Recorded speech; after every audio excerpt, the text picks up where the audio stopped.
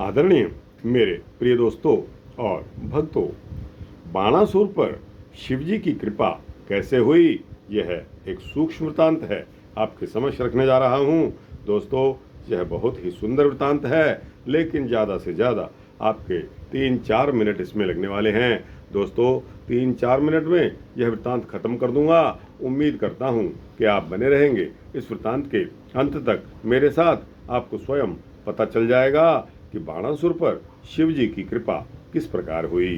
तो दोस्तों, आइए इस वृत्तांत को शुरू करने की इजाज़त दीजिए। दोस्तों और भक्तों, बाणासुर बलि का औरस पुत्र था। दैत्यराज बाणासुर अपने बल से तीनों लोकों को तथा उसके स्वामियों को जीतकर शोणित नामक पुर में राज्य करता था। उसकी 10,000 भुजाएं थी। बाणासुर की पुत्री का नाम उषा था। उसका विवाह भगवान श्री कृष्ण के पौत्र अनिरुद्ध के साथ हुआ था। दोस्तों, बड़े ही रोचक इसके तथ्य हैं। बाणासुर महान शिव भक्त था। शिव भक्ति में लीन होकर बाणासुर ने भगवान शिव को प्रसन्न करने के लिए तांडव नृत्य भी किया।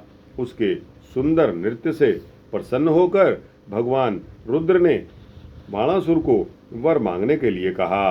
बाणासुर ने शिवजी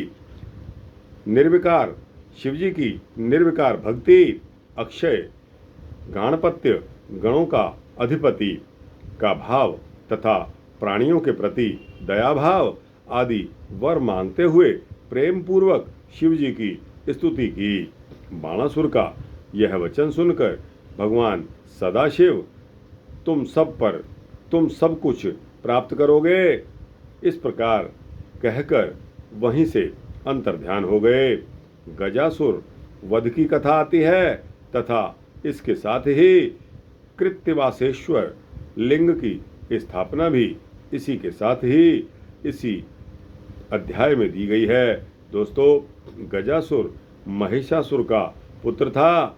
जब गजासुर ने सुना कि देवी दुर्गा ने मेरे पिता को मार डाला है, तब उसने बदला लेने की भावना से तप शुरू कर दिया और घोर तप किया।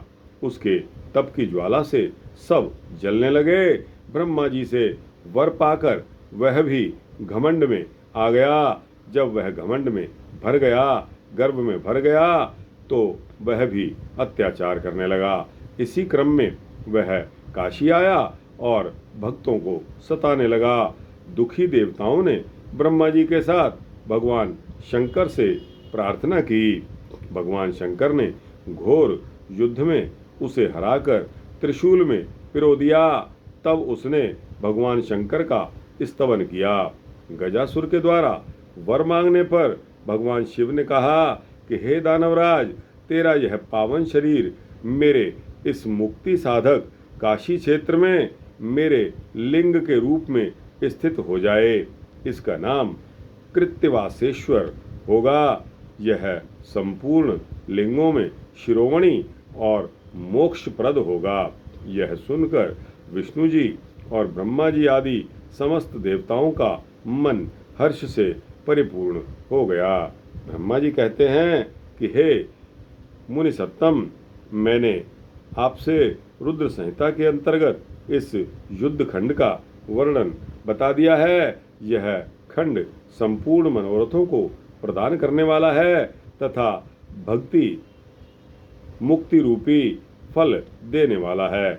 इस प्रकार दोस्तों और भक्तों, रुद्र संहिता का यह ब्रह्मा जी और श्री नारद जी का कल्याणकारी संवाद पूर्ण रूप से संपन्न होता है।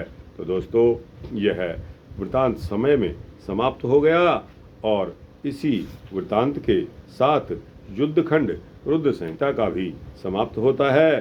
दोस्तों, यह वृत्तांत आपको कैसा लगा? अच्छा लगा हो तो इसको लाइक और शेयर करते हुए अपने दोस्तों, भक्तों, मित्रों, जिज्ञासुओं तक पहुंचा देना।